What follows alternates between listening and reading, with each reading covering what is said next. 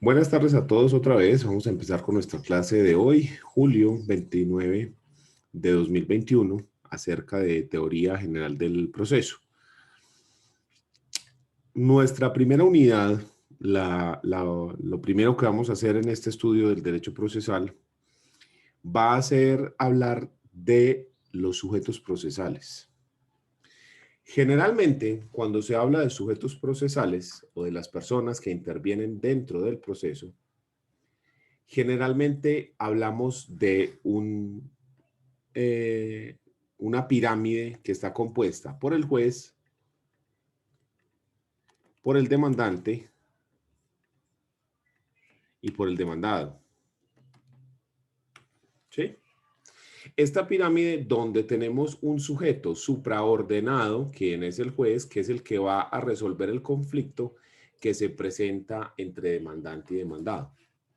Como habíamos mencionado antes, el estudio de la materia no se va a someter únicamente a estos tres sujetos, sino que vamos a agregarle a otras personas que también participan dentro del proceso y que tienen unos papeles muy relevantes dentro del mismo.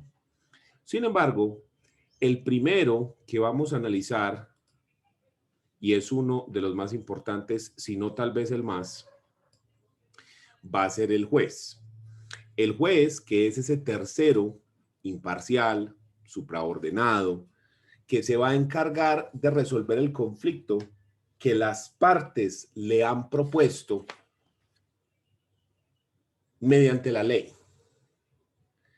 Tengamos en cuenta que cuando yo hablo de juez, me estoy refiriendo a todos los funcionarios que hacen parte de la rama judicial, ¿sí? O a todas las personas que tienen jurisdicción de la rama judicial. Pero si yo soy estricto en el uso del lenguaje, cuando se habla de juez, nos estamos refiriendo a juez civil municipal, a juez civil del circuito, perdón, a juez municipal, al juez de circuito, pero a los funcionarios que integran un tribunal superior de distrito o la Corte Suprema de Justicia no los llamamos jueces, los llamamos magistrados, ¿sí? Entonces, siempre que en Colombia yo hable de un juez unipersonal, que sea uno solo juez, si hablamos de jueces pluripersonales, donde hay varias personas quienes toman la decisión, vamos a llamarlos magistrados, como es el caso de los tribunales superiores de distrito, la Corte Suprema de Justicia, la Corte Constitucional, el Consejo de Estado, etcétera. ¿Listo? Entonces, siempre que hablamos de jueces pluripersonales, donde hay varias personas quien toman la decisión, hablamos de magistrados. ¿Listo? Sin embargo, cuando hay jueces colegiados, las decisiones se organizan de modo que sea uno quien toma la decisión y le expone a los otros la decisión tomada para que estos voten si están de acuerdo o en desacuerdo con la idea o con la decisión que tomó esa persona. El magistrado que toma la vocería y dice, yo pienso que la decisión debe ser esta, ese es el que ustedes van a encontrar que se llama magistrado ponente. ¿Listo? Entonces, el magistrado ponente es de esos 3 o 4 o 5 o 10 o 15 o 50 o 60, los que sean, cuando es un grupo de jueces, se le da a uno, digamos, la vocería. Entonces se le dice, usted va a coger este caso y lo va a analizar y va a interpretar la ley. Y conforme a esa interpretación de la ley que usted haga, usted va a tomar una decisión. ¿Listo? Expóngale la decisión a los otros, diciendo por qué usted está de este lado o de este lado. Y luego se hace una votación. Si son 3 personas, que es muy común salas de 3, con uno solo que estén de acuerdo con usted, ya son 2 contra 1. ¿Sale? Pero si los otros dos están en desacuerdo, pues entonces pierde la postura de esa persona. Ese es el magistrado ponente. ¿Sí? Entonces, cuando usted lee sentencias de la Corte Constitucional o de la Corte Suprema de Justicia y demás, siempre las sentencias identifican sentencia C-283 de 2011, magistrado ponente, tal persona. Esa fue la persona que tomó la decisión, que hizo el análisis y tomó la decisión. ¿Listo? Entonces, jueces, solamente nos referimos a los jueces municipales, jueces de circuito, y a los otros nos referimos como magistrados. ¿Dudas?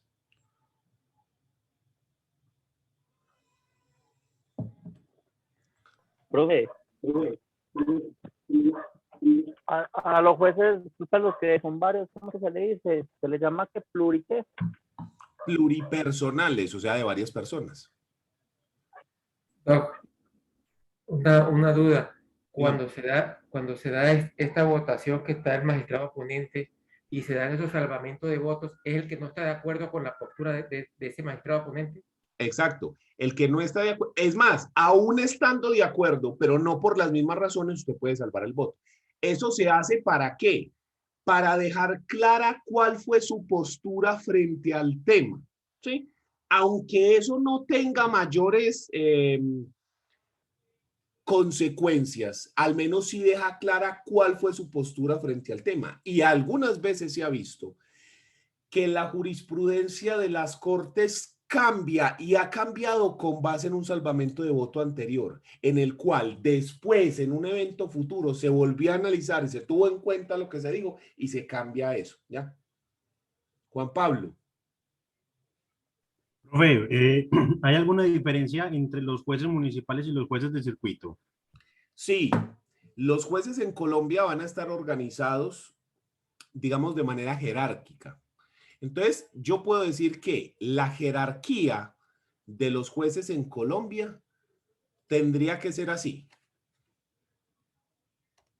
Corte Suprema de Justicia o equivalentes como la Corte Constitucional, ¿sí? O el Consejo de Estado o la JEP, ¿sí? O cualquiera de estos cortes grandes, ¿listo? Entonces, digamos que estos están en el pináculo de la pirámide. Debajo de esta gente están los tribunales superiores de distrito. ¿Sí? Generalmente los tribunales superiores de distrito los vamos a encontrar por departamento. Entonces hay Tribunal Superior de Distrito de Antioquia, Cundinamarca, Valle, en fin. ¿Listo? Debajo de estos están los jueces de circuito.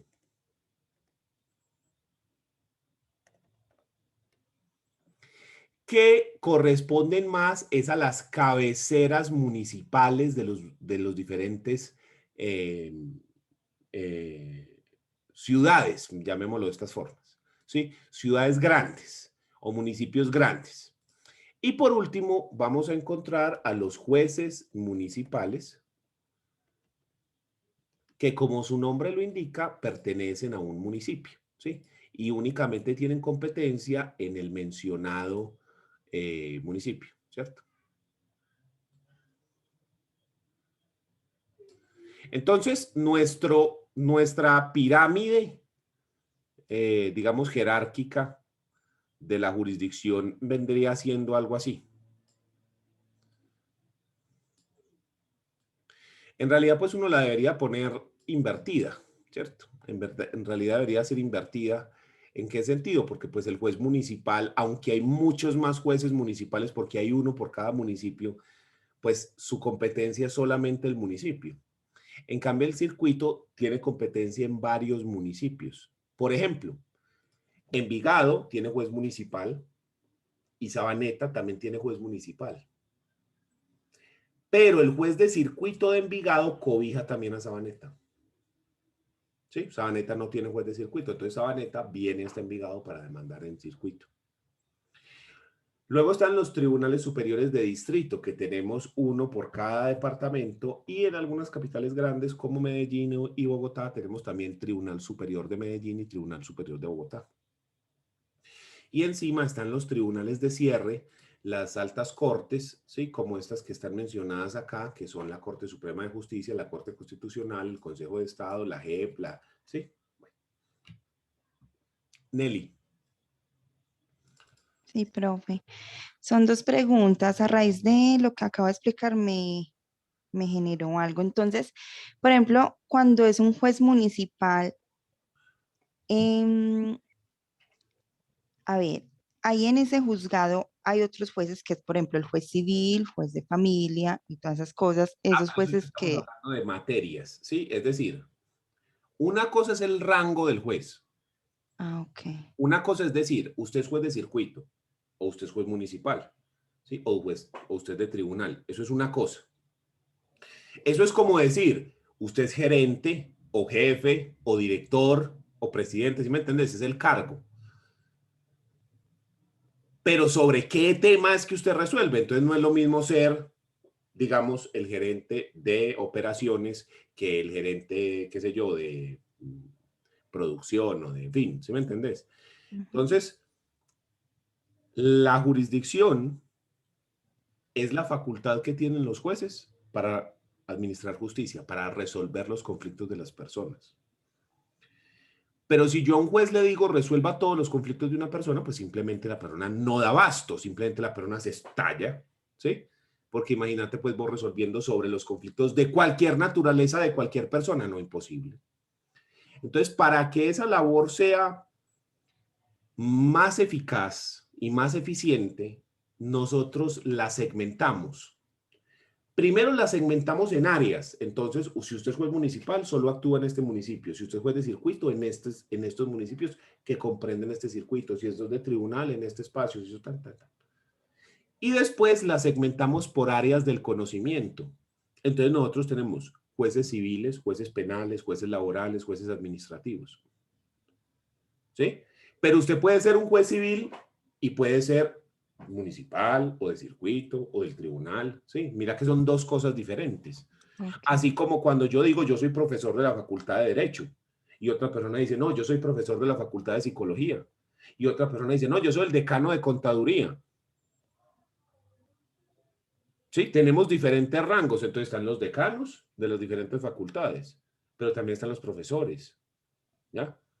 Entonces, mira que hay dos formas de dividir, una por áreas del conocimiento y otra por la jerarquía. Es lo mismo. Listo. Ahora, ahí no Listo, faltan los profe. jueces promiscuos. Los promiscuos son jueces municipales en municipios muy pequeños donde no hay suficiente plata para tener un juez civil, un juez penal y un juez laboral. ¿Sí? Entonces lo que se hace es que a uno solo le encargan todas las tareas. Es Entonces el integral. promiscuo es municipal y le encargan civil, penal, laboral, familia. ¿Sí? A ese man le encargan de todo. Eso es cuando es promiscuo municipal. El otro promiscuo que existe se llama promiscuo de familia. Los promiscuos de familia son jueces de circuito que conocen civil y familia, las dos cosas. Solamente esas dos, civil y familia, no las otras. Es un municipio que es mediano, ¿sí? No hay suficiente dinero para pagarle a un juez de circuito civil y un juez de circuito de familia, pero sí hay suficiente plata para tener un circuito, ¿sí? Entonces, lo que se hace es que se juntan civil y familia en uno solo. Entonces, ese es el promiscuo de familia. De resto, si usted escucha la palabra promiscuo municipal, es un juez de orden municipal que conoce civil, penal, laboral, familia, de todo. ¿Listo? Profe, bueno, y la otra pregunta es, en los jueces pluripersonales, sí o sí tienen que ser varios los que tomen la decisión, o puede ser uno, es decir, que el resto le dé la facultad solamente a uno en No, tomar esa decisión, así como en la... no. Siempre hay un magistrado ponente que es el que toma la decisión según el análisis personal que él hace, pero él siempre tiene que exponer la decisión que toma a los otros conjueces, ¿sí? Y decirles, vea, yo tomé esta decisión por estas y estas razones, y mire que la ley, mire que la prueba, y mire que por lo tanto lo que yo considero es esto. Y se somete a votación. pero los otros no le pueden delegar esa función a él, ¿sí? Puede que usted diga, no, pero si él hizo ese análisis y este señor es X persona que es súper reconocido, pues yo tengo que estar de acuerdo, pero eso ya es una cuestión personal. Lo que se supone es que usted va a escuchar la propuesta del magistrado ponente y usted va a definir conforme a su criterio, a lo que usted conoce, a la interpretación propia de la ley, si usted está de acuerdo o no con lo propuesto por esa persona. ¿Listo? Así es como funcionaría el asunto. Pero siempre el magistrado ponente tiene que tomar la decisión y exponérsela a los otros. ¿Ya? Entonces, todos los tribunales superiores de distrito y las cortes, las altas cortes, todos los jueces que componen esto serían jueces pluripersonales. Exacto. Obviamente magistrados, pero y a la vez pluripersonales. Ajá. Entonces, nosotros no le damos el título de juez de la Suprema Corte de Justicia, sino que le damos el título de magistrado de la Corte Suprema de Justicia, ya. Es simplemente el cambio de la palabra. En realidad, pues no tiene ninguna implicación, porque pues un magistrado es un juez. Lo que pasa es que él no toma la decisión solo. Esa sería digamos, la diferencia entre uno y el otro. Que el juez puede tomar la decisión solo, en cambio el otro no. El otro no la puede tomar solo.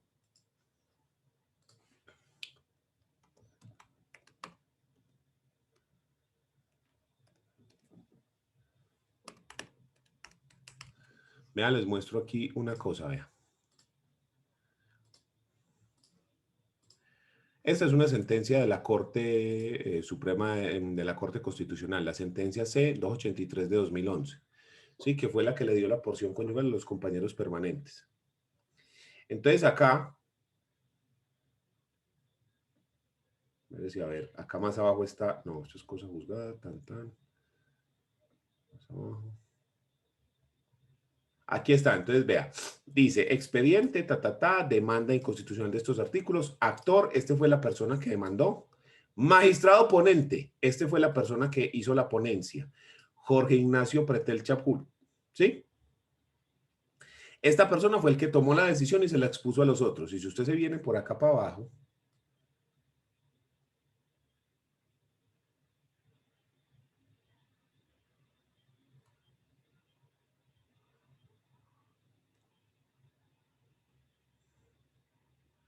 entonces aquí dice, decisión, resuelve, Tania, aquí está la decisión, y entonces aquí dice, vea, Juan Carlos Henao Pérez, presidente, María Victoria Calle Correa, magistrada, Mauricio González Cuervo, magistrado, Gabriel Eduardo Mendoza, magistrado, con salvamento de voto, este tipo se hizo salvamento de voto, Jorge Iván Palacio, magistrado, Nilson Elías Pinilla, magistrado, también aclaró el voto este señor, Jorge Ignacio Pretel Chapul, este fue el magistrado ponente, Humberto Antonio Sierra Porto, magistrado, Luis Ernesto Vargas Silva, magistrado, Marta Victoria Sánchez Méndez, la secretaria general. ¿Listo?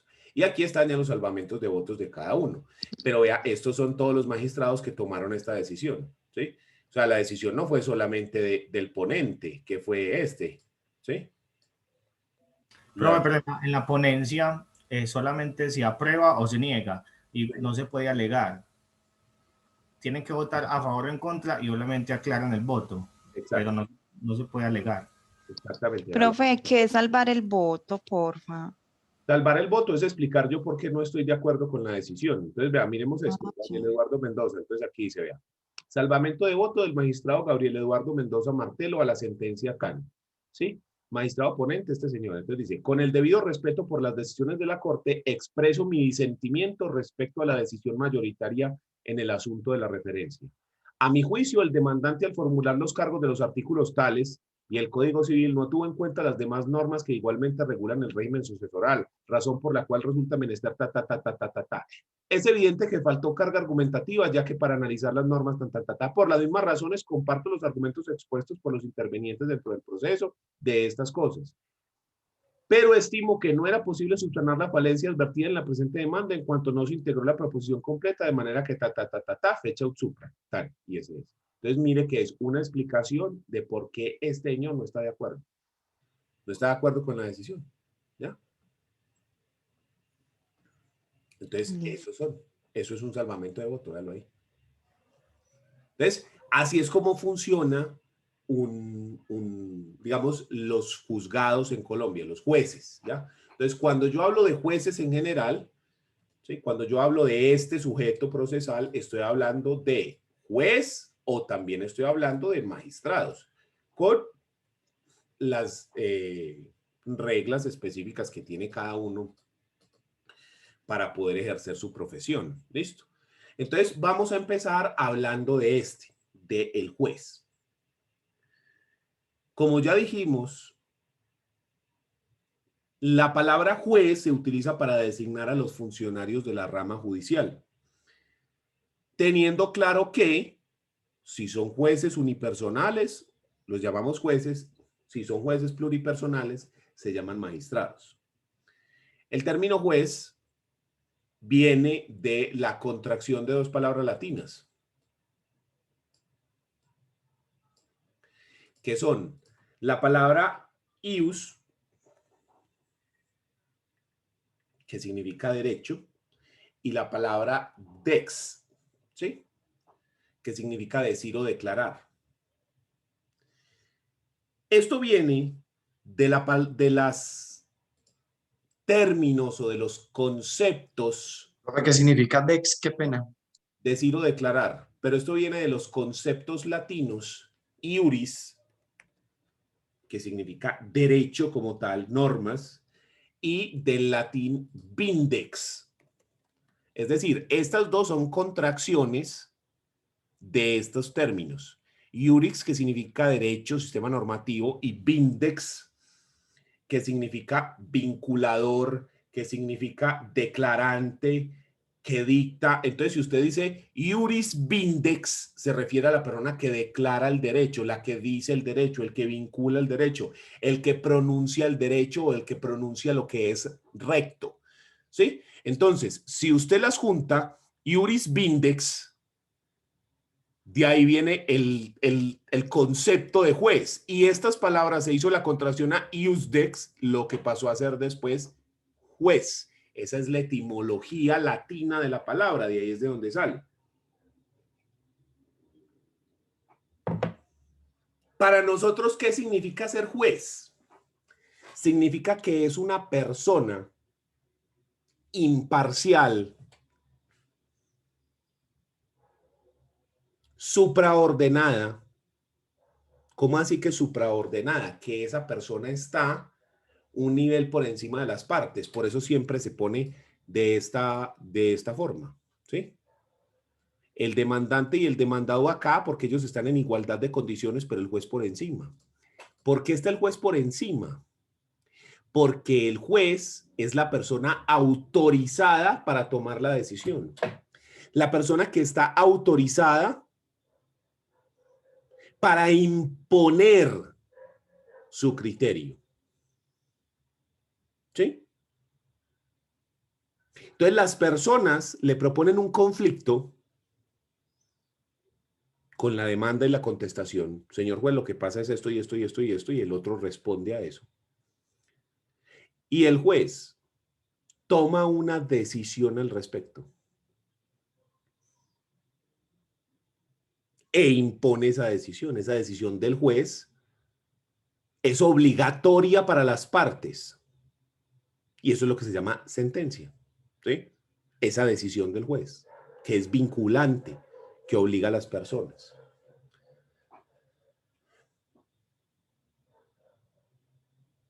Los jueces tienen tres características principales.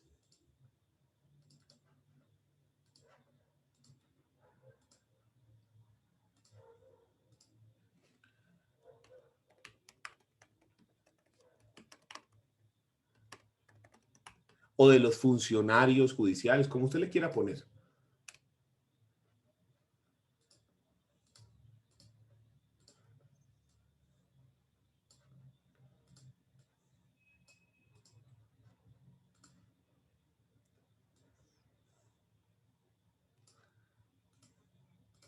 La primera característica es la inamovilidad, ¿sí? Que son inamovibles o inamovibles.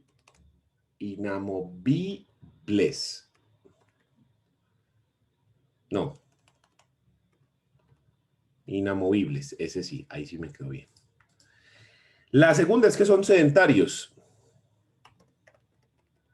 Ya enseguida la explicamos todas. Y la tercera es que son independientes. Independientes.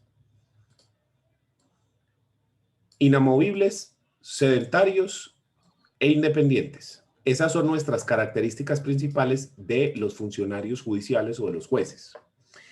¿A qué me refiero yo cuando digo que los jueces son inamovibles? Me refiero a que los funcionarios, una vez que han sido nombrados en el cargo, no pueden ser removidos del cargo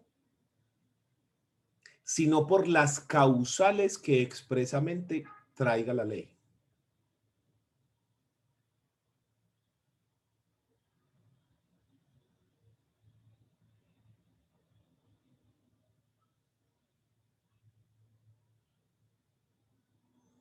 ¿Y qué causales nos estamos refiriendo?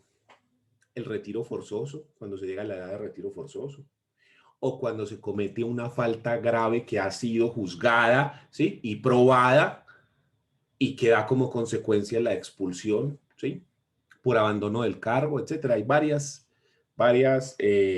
razones por las cuales un juez puede ser apartado de su cargo, pero esas las vemos más adelante.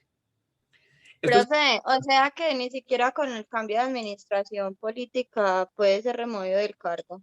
Usted me quitó las palabras de la boca. Eso es supremamente importante por eso. Mérito.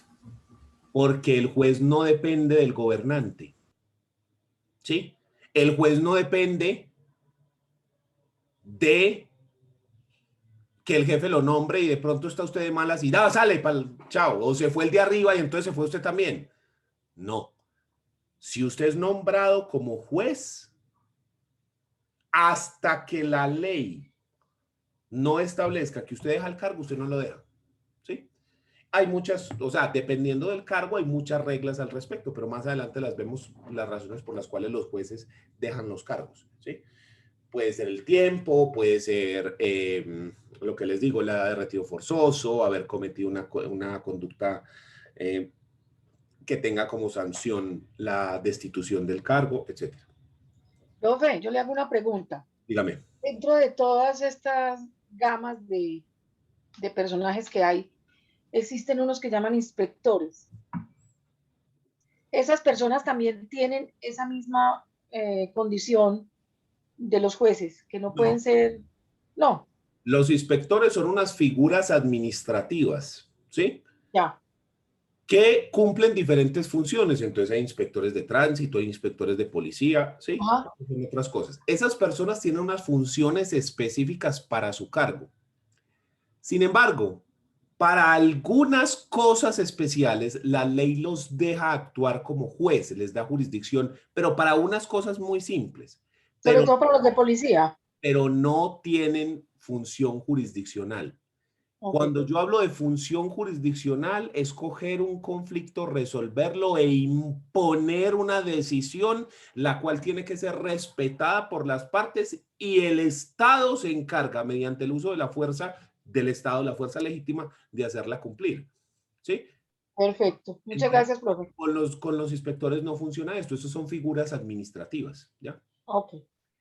Lo que pasa es que a algunas personas que no son jueces se les puede delegar una función administrativa para unos casos específicos. Por ejemplo, a los notarios.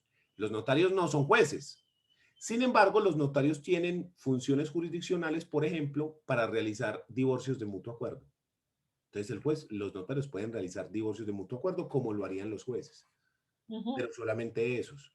O sucesiones de mutuo acuerdo, ¿sí? Pero son unas cosas específicas. El notario no actúa como juez, solamente puede actuar en esos casos específicos. Los otros son otras funciones diferentes. ¿Listo? Ok, gracias, profe. Listo. Segunda característica.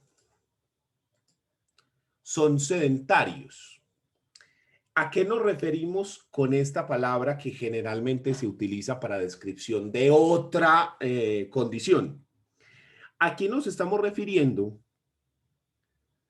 a que los funcionarios judiciales ejercen sus funciones en una determinada localidad donde tienen su sede, que tienen un espacio específico donde van a ejercer su función y se debe limitar el espacio, ¿sí? Entonces los jueces municipales solamente pueden actuar como jueces en los conflictos que se generan dentro de su municipio, ¿sí? Los circuitos tienen un área más grande porque puede incluir varios municipios, pero esos se limitan a eso. Los distritos todavía más grande y las altas cortes sobre todo el territorio colombiano, pero no se puede ir más allá. Entonces, cuando decimos que son sedentarios, nos referimos a que el juez tiene una localidad donde ejerce sus funciones y no se puede salir de esa localidad. Si un conflicto se genera en otra localidad, el juez no podría desplazarse hasta allá a resolver el problema, sino que es la persona de ese sitio quien debe hacerlo. A eso nos referimos con sedentario. Para el caso de la Corte, pues digamos que es más fácil porque es todo Colombia. Todo Colombia la Corte puede actuar en todo Colombia. Pero los jueces tienen más restringido su labor. Dígame. Un juez no puede hacer el mismo papel de un fiscal, por pequeño que sea el municipio, ¿o sí? No, no se puede. En Colombia, desde hace mucho tiempo se separó tajantemente las funciones del ente investigador y acusador con el ente juzgador, ¿sí? A lo largo de la historia se ha presentado muchas veces que esas funciones estaban reunidas en una sola persona. Los ejemplos más pintorescos son los jueces de la Inquisición, que es el mismo acusador, ¿sí me entendés? Como eso genera que haya extralimitaciones y que hayan decisiones arbitrarias y demás, o sea, solamente con mencionar la Inquisición usted ya se está imaginando una cantidad de decisiones arbitrarias. Entonces, con base en esos ejemplos, se dijo, no, es que la persona que toma la decisión no puede ser el mismo que acusa y que investiga. Separémoslos. Entonces, en Colombia desde hace mucho tiempo están separados, ¿sí? Lo que pasa es que en las primeras partes de los procesos penales, los fiscales tienen unas funciones que les permiten decidir casi como si fueran jueces, pero no lo son, ¿sí? Juliana. Profe, es para saber si yo tengo claro cómo es la diferencia entre el fiscal y el juez. O sea, el fiscal es casi como un abogado, o sea, aporta las pruebas de por qué es culpable o inocente o algo El así. fiscal es véalo. La gente tiende a pensar que en el proceso penal los sujetos son así. Espérame, yo borro esto que nos distrae. Entonces, la gente tiende a pensar que en el proceso penal el demandado obviamente es digámoslo, llamémoslo el criminal, ¿sí? La persona que comete el crimen. Ese no es la palabra técnica que se utiliza en derecho penal, pero lo vamos a llamar así como para que tengamos una referencia, digamos, popular. ¿Listo?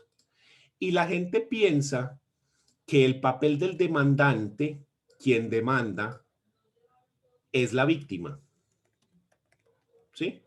Que la víctima es el demandante en el proceso penal. La víctima contra el criminal o contra el victimario. Esto es falso. La víctima no es el demandante en penal. El demandante realmente en penal es la Fiscalía. La Fiscalía General de la Nación es el demandante. La Fiscalía, ¿representando a quién? a la sociedad. Pero es en este caso la víctima. ¿Cuál es el papel entonces de la víctima? Porque entonces uno dice, venga, si la víctima no es el demandante, entonces, ¿qué es lo que hace la víctima? El papel de la víctima es un coadyuvante. O sea que el papel de la víctima no es el demandante directo, sino que la víctima se va a encargar es de ayudar a la fiscalía. Pero no es el demandante directo. Quien presenta la demanda, porque en penal no existe ese término, quien presenta la demanda es la fiscalía. ¿Sí? La fiscalía es la persona que está acusando a esta persona de haber cometido el crimen y la que solicita que se imponga una sanción según lo que dice el Código Penal. La víctima es el apoyo de este, una ayuda.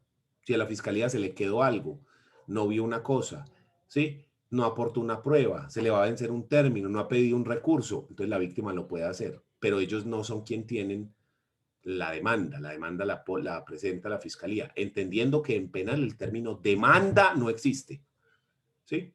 No, yo le hago una pregunta. Dígame. Si el papel de la Fiscalía Constitucional es como ente acusador, y obviamente que es la que propone que se castigue, ¿cierto? Que se ejecute, digamos, como tal, para que se dé una pena. Sí. Entonces, cuando la Fiscalía hace lo contrario, como en el caso que ya todos conocemos, que no es de ente acusador, sino que es de defensa, ese caso no está viciado. Lo que pasa es que no es específicamente que esté actuando como defensa, sino que es que la Fiscalía tiene unos términos, unos tiempos, en los cuales tiene que presentar su acusación y decir, vea, esta persona cometió este delito, con base en estas pruebas, y solicito que lo metan a la cárcel según lo que diga el Código Penal, dependiendo del delito que sea. ¿Listo? Pero también puede ocurrir que durante la investigación la Fiscalía no encuentre pruebas. Y diga, o que encuentre unas pruebas, pero que la Fiscalía considera que no son suficientes para acusar. Entonces la Fiscalía dice, yo no encuentro suficientes pruebas para vincular a esta persona a este delito. Por mi lado, señor juez, yo le digo, yo no tengo más que investigar. O sea, para mí, no tengo más de dónde pegarme. Entonces yo no puedo hacer una acusación sin tener algo en qué basarme. Entonces, por el lado mío, yo quiero precluir esa investigación, retirarme, porque yo ya no encontré, ya hice mi trabajo y no encontré más. ¿Listo? Lo que pasa es que lo que hace en ese momento la Fiscalía puede ser diferente a lo que quiere la víctima. Y ahí hay que entender que hay muchas visiones de esto. La víctima puede conocer de primera mano las cosas. Es que yo vi, este man fue el que llegó y me atracó. Yo lo vi con estos ojos. ¿Cómo me vas a decir que no? Es que fue ese. Pero no hay absolutamente ninguna prueba excepto eso. Nada más. Entonces la Fiscalía dice, hombre, yo solo con eso no puedo. Se cae el proceso. Pero es que yo lo vi, mira lo que ahí estaba, yo sé que es ese. ¿Sí? Entonces mira que pareciera que la Fiscalía se pasó de lado, pero lo que está diciendo la Fiscalía es, men, yo no tengo suficientes pruebas. Apórtemela, entonces usted y yo las presento. No, mire mi testimonio. No, pero eso no es suficiente solamente, necesito más. ¿Sí? Entonces, el problema es esa discrepancia que puede haber entre víctima y fiscalía en un determinado caso. Porque eso no es solamente en los casos famosos que conocemos. Eso pasa así, pero así, ¿cierto? Por lo que te digo, hay muchos con muchos elementos. Es que el derecho penal es muy complejo, tiene muchas cosas. Entonces, no es precisamente esa función.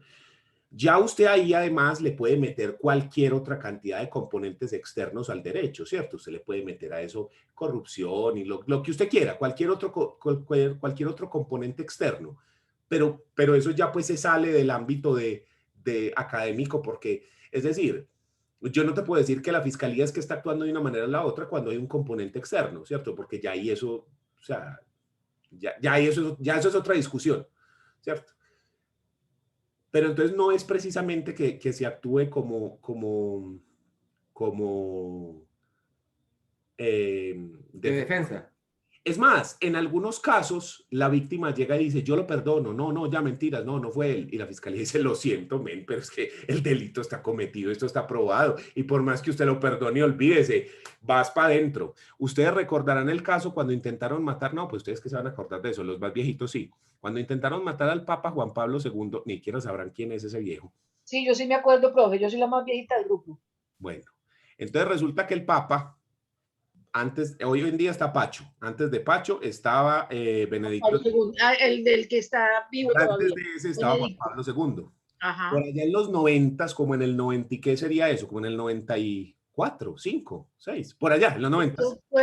Eso fue después de que... Antes. Bueno, en total. Eso fue después de que estuvo aquí en Colombia. Ah, y en Colombia estuvo en el 86. Entonces, al tipo lo intentan matar, le dan unos disparos. Un man que era turco, creo que era. Bueno, un tipo. Sí. Y al tipo lo cogen preso. Y al Papa lo salvan de milagro. Mira. Tiempo después, ya recuperado, el Papa fue a la cárcel a visitar a ese man. Y lo perdona. Eso fue un acto histórico porque el Papa fue hasta la cárcel a visitar a la persona que lo quería matar y lo perdona, aunque la persona ni siquiera era católico. ¿Sí? Entonces, en ese momento, pues uno dice, ya lo perdonó para la calle. No, para la calle. No, momentico, que el man te haya perdonado y que se hayan cogido de la mano y que se haya convertido al catolicismo, lo que vos querás, es una historia, ¿sí? Y que el día de mañana el tipo, mejor dicho, se volvió el secretario del Papa. Eso es otro paseo, pero usted va para adentro, men, porque usted cometió un delito, ¿cierto? Entonces, por ejemplo, en ese caso, la víctima, Juan Pablo, no iría con los mismos... no estaría en el mismo tren, digamos, que la fiscalía. Entonces, mira que también se puede dar al revés. ¿Ya? Juan. Profe, dos preguntas. La primera, entonces, si en el caso, en el tipo penal, la víctima no es la persona que demanda, que está demandando, pues que como usted dice, que en el tipo penal no hay una demanda. No en todos los delitos, hay unos delitos en los que sí. Sí. Pero entonces un ejemplo, se apoya por medio de la fiscalía, ¿cierto? Para iniciar el proceso. Al revés, la fiscalía se apoya en... Bueno, pero la fiscalía por conveniencia, por negocio, por lo que sea, decide hacer chanchullo para que a la persona que están imputando de cargos no le imputen esto. Lo cual sería externo al derecho, pues.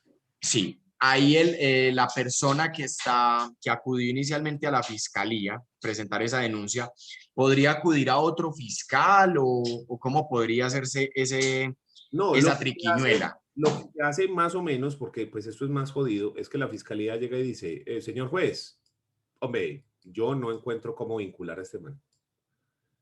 Espérese, ¿cómo que no? Mire esta prueba, y mire esta, y mire esta, y mire esta, y mire esta, y mire esta, ¿sí? Y entonces el juez puede decir, no, venga, que aquí sí hay pruebas. Se puede incluso después solicitar que se cambie y toda la cosa. Pero digamos que lo que hace es, la fiscalía no va a actuar y no va a hacer eso. Entonces, venga, señor juez, mire, yo sí le presento, mire, vea, estas son estas pruebas, son estas y estas y estas y estas y estas. Aquí sí hay con qué, ¿ya? Y ya después, eso puede incluir un delito, porque entonces la fiscalía, espérese, usted está actuando por medio de corrupción. Usted, ¿sí me entiendes? Entonces ya eso se puede investigar. Puede que no, ¿sí? Puede que no. Pero ya eso es otra cuestión. Entonces ya ahí se mirará, sería otro paseo. En tema de por ejemplo, de las superintendencias, porque ahí sí son demandas, ahí ya el demandante sí viene siendo la víctima directamente, pues porque no va a no va a tener un... Es que ese es el caso de ahorita, que son funcionarios administrativos a los cuales, por excepción, para algunos casos muy puntuales, se les delega a ellos funciones jurisdiccionales, como a los notarios, ¿sí? A la DIAN también, porque, por ejemplo, usted le debe a la DIAN y entonces la DIAN le hacen un juicio y, mejor dicho, y le embargan el salario y le quitan los bienes y se los rematan y de todo. Lo que pasa es que para algunos funcionarios administrativos específicos se les da función jurisdiccional para ciertos asuntos específicos. Entonces ellos, que no son jueces, en ese punto en especial actúan como tales. Y sus decisiones tienen la misma fuerza que una sentencia y se tiene que cumplir y son obligatorias y todo lo que vos querás. ¿Sí? Eso se llaman equivalentes jurisdiccionales. Personas que no son jueces, a los cuales se les ha delegado una función para unos asuntos específicos y que su decisión es equivalente a la de un juez. Se llaman equivalentes jurisdiccionales. Entonces usted encuentra ahí algunas superintendencias, las notarías, encontrás los tribunales de arbitraje, que son entes privados, encontrás inspectores de tránsito en algunas cosas, los inspectores de policía que mencionábamos para algunas otras circunstancias. Entonces, esos son funcionarios que, ¿cuál es? O sea, ¿por qué existe eso? Porque la rama judicial está muy colapsada, son demasiados conflictos, entonces se vuelve muy difícil que las cosas se tramiten porque se congestionan. Solución, cree más jueces, pero no siempre hay presupuesto para eso, ¿sí? ¿Qué otra solución tenemos sin crear jueces? Quitémosle procesos a los jueces y se los damos a otra persona para que no siempre tenga que ser ese mismo el que lo resuelva, sino que lo resuelva otra persona, ¿sí? Entonces, lo que se hace es eso, tratar de quitarle procesos a la rama judicial y dárselos a otras entidades que las pueden resolver en otras de otra forma y así le baja un poquitico la carga. Y aún así se colapsa, ¿cierto? Y lo que ellos emiten, ¿también se llaman sentencia o tiene otro nombre? Depende. ¿Sí? En los tribunales de arbitraje se llaman laudos arbitrales. En las notarías son las escrituras públicas, pero tienen fuerza de sentencia. Entonces, depende. En las superintendencias o en la DIAN pueden ser resoluciones, pero pueden tener la misma fuerza que o los mismos efectos que una sentencia. Así es. La industria y comercio son sentencias. Profe, una superintendencia, pues no, por medio del Congreso, emiten una ley, ¿cierto? Vamos a hablar de un caso puntual, ley 1480-2011, ¿cierto? Pero no es la superintendencia la que la emite, pues el Congreso. Sí, sí, por eso. Entonces, es la superintendencia, esta ley es la del consumidor, ¿cierto? Sí. Pero entonces el usuario quiere dirimir un conflicto, pero no se va por la superintendencia. Tranquilamente, y es válido, se puede ir por la jurisdicción civil. ¿Qué sucede? Ahí es donde pasa lo del tema de que es mucho más lento el proceso, porque en la parte civil, pues, usted el semestre anterior me dijo, llevo un proceso desde hace ¿cuánto? No, pues desde el 2011 está y no ha salido. Exactamente. Entonces la pregunta puntual, profe, es, independientemente por dónde quiera dirimir el conflicto, la ley es una sola y los tiempos que dice la ley se deben cumplir tanto en la parte civil como en la parte de la superintendencia. ¿O tomarían otros tiempos? No, lo que pasa es que la ley llega y dice, por ejemplo, en el Código General del Proceso está, los procesos tienen que demorarse 1 año, ¿sí? Entonces el juez dice, sí, perfecto. Pero yo tengo 34.000 tutelas, sin contar los otros procesos. Y a esas tutelas yo les tengo que, por ley, darles prioridad que a los otros procesos, sin mencionar los procesos. Ahora tengo 28.000 procesos para resolver. ¿Listo? Pero les tengo que dar prioridad a las 34.000 tutelas. Para mí es imposible. Y nadie está obligado a lo imposible. Entonces, ¿eso en qué se volvió? Los jueces tratan en la medida de lo posible de cumplir con esos términos, en la medida de lo posible. Pero cuando no, digamos que la excusa es fácil, es que la carga es mucha. ¿Cómo se resuelve? Pues contrate más jueces, pero no siempre hay los recursos para hacerlo. No siempre no. Quítele el no siempre. No hay los recursos para hacerlo. No, hombre, sí los hay. No es que allá en Reficar metieron plata, no es que en Hidroituango. No, a eso no le meten plata. Me vaya a unos juzgados y mire los computadores en los que uno revisa el proceso y pregunta de qué año son. ¿Sí?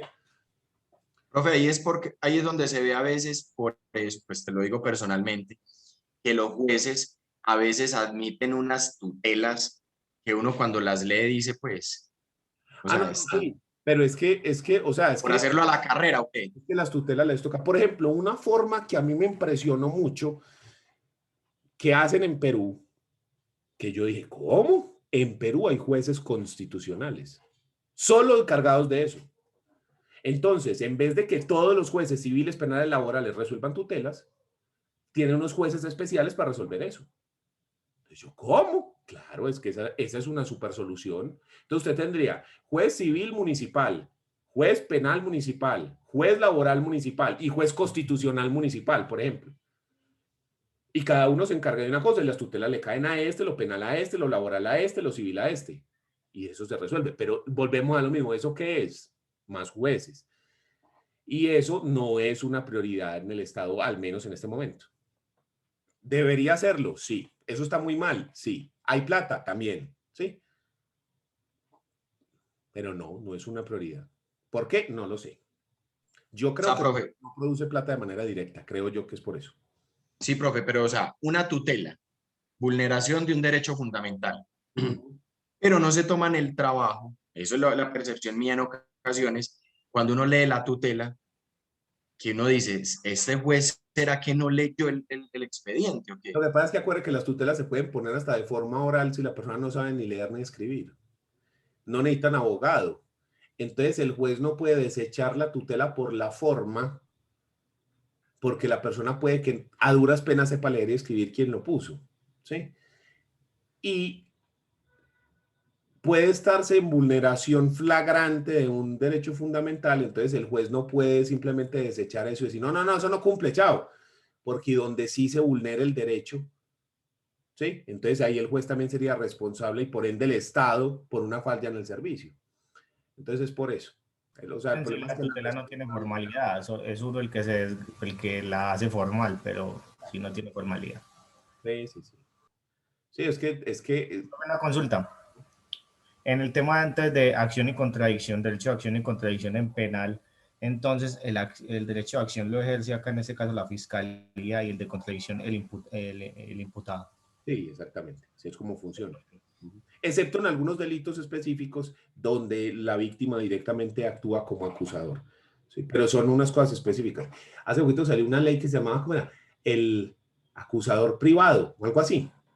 Ahí, por ejemplo, actúa el demandante, no es la fiscalía, sino que es la víctima. ¿Sí? Pero son unas cosas específicas.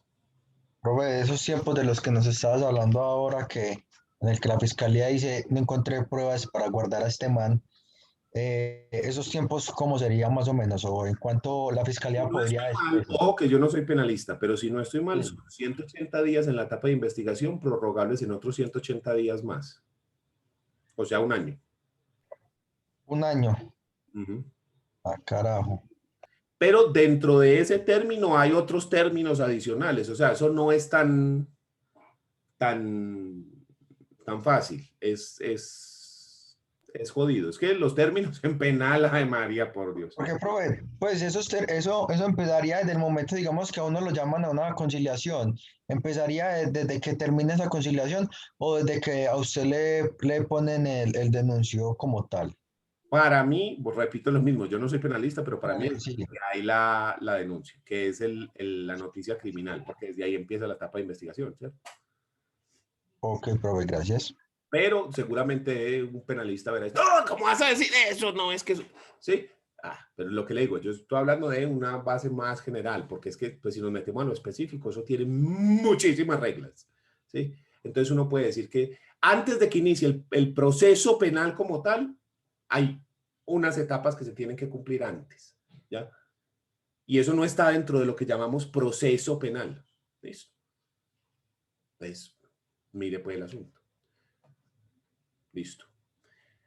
Y por último, nuestra última característica es que son independientes. Los jueces son independientes. Esta característica o este principio se refiere no solamente a la independencia que tiene el juez frente a los otros funcionarios que integran la rama judicial,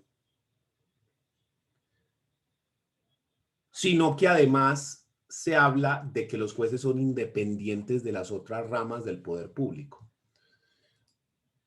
Recuerden que el Estado tiene tres funciones básicas, que son la administración, la legislación y el juzgamiento o la jurisdicción. Esas tres funciones básicas están dadas a uno de los tres poderes públicos, ¿sí? La administración al gobierno, la legislación al Congreso y la jurisdicción a la rama judicial. Estas tres ramas del poder público son independientes unas de otras. Una no depende de la otra. En la medida en la que eso siga de esa forma, nuestro modelo de Estado funciona. Hay otros modelos de Estado donde eso no es así. Por ejemplo, en la monarquía absoluta, los tres poderes públicos están en una sola persona, el monarca, ¿sí? Llámelo rey o faraón o emperador o cualquier título que le quiera poner a una monarquía absoluta. Entonces, todos los poderes que estén debajo del rey están sometidos al arbitrio de él. ¿Ya? Pero cuando hablamos de poderes independientes, quiere decir que uno no está sometido al arbitrio del otro, ¿sí? Entonces, otras personas, ya no necesitamos que sean tan viejitos como los de Juan Pablo II, pero otros que también son grandecitos, se acordarán de cierto presidente que iba por las calles de su país diciendo, ¿y ese edificio qué? Ah, ese edificio es de tal empresa, exprópiese. Y entonces llegaba a la rama judicial y expropiaba el edificio. Y después iba caminando otros pasitos más. ¿Y aquel? Ah, en aquel se hace, expropie también. Y también se expropiaba. Entonces mire que la rama judicial está respondiendo a el arbitrio del gobernante. Eso se torna muy peligroso porque las monarquías absolutas o los modelos de Estado donde unos poderes dependen de otros tienen unas falencias importantes que son las razones por las cuales nosotros creamos un modelo de Estado donde precisamente estén separados los poderes, ¿cierto? Entonces, el hecho de que estén separados a nosotros nos da un parte de tranquilidad en el entendido de que los jueces no responden a lo que el gobernante de turno les diga, sino que el juez actúa de manera independiente. Cuando un juez va a resolver un proceso, a él se le dice, usted es libre de tomar la decisión.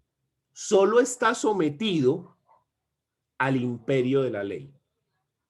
Es decir, siempre y cuando usted tenga en cuenta la ley, usted puede tomar la decisión según su propio convencimiento. No es una libertad absoluta tampoco, ¿sí?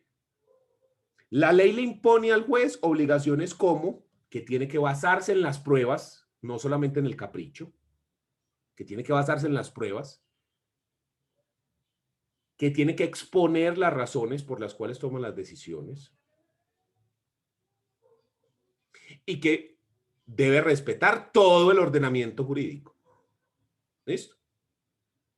Pero de resto, el juez puede tomar la decisión, entre comillas, como le dé la gana, respetando esas cosas, ¿cierto? Por eso es que en muchos casos similares usted encuentra decisiones diferentes, ¿sí? Por eso es que, por ejemplo, no todos los divorcios son iguales. Aun cuando las causales de divorcio sean las mismas, puede que haya decisiones diferentes, porque los jueces son independientes. Dentro de la rama judicial, independiente un juez de otro, y por fuera con los otros poderes públicos también son independientes. Profe, pero ¿dónde queda el precedente judicial? El precedente judicial es una ruptura entre comillas a eso. ¿Qué es el precedente judicial? Cuando hay tres o más decisiones sobre un mismo caso, una misma situación, esto se transforma en obligatorio o en vinculante, más que obligatorio, en vinculante. Es decir, que usted debe decidir de la misma forma como ya se ha decidido. Sin embargo, usted se puede alejar del precedente, pero tiene que argumentar las razones por las cuales se aleja. O sea que el precedente no es una camisa de fuerza, sino que le dice, vea, la situación se ha resuelto así. Usted debería resolver de esta misma forma. Pero si usted se va a alejar, sustente. Sustente por qué se va a alejar. ¿Sí? Se transforma casi que en una ley. ¿Sí? Porque el juez sí tiene que respetar la ley, sí o sí. No se puede salir de la ley.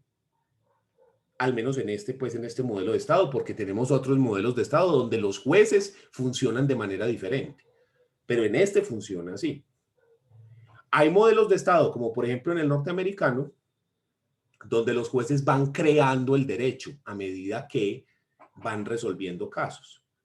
Entonces, en vez de decir como acá, señor juez, le solicito que esta persona lo declare inocente conforme a esta y esta ley por estas y estas razones, usted dice, señor juez, le solicito que lo declare inocente porque en el proceso de tales contra tales en el año tal, un juez dijo esto, y en el proceso de tales contra tales en otro proceso, otro juez dijo eso. Entonces esas dos cosas ya lo vinculan a usted. Es un modelo muy diferente, ¿sí? Entonces nosotros no podemos comparar modelos.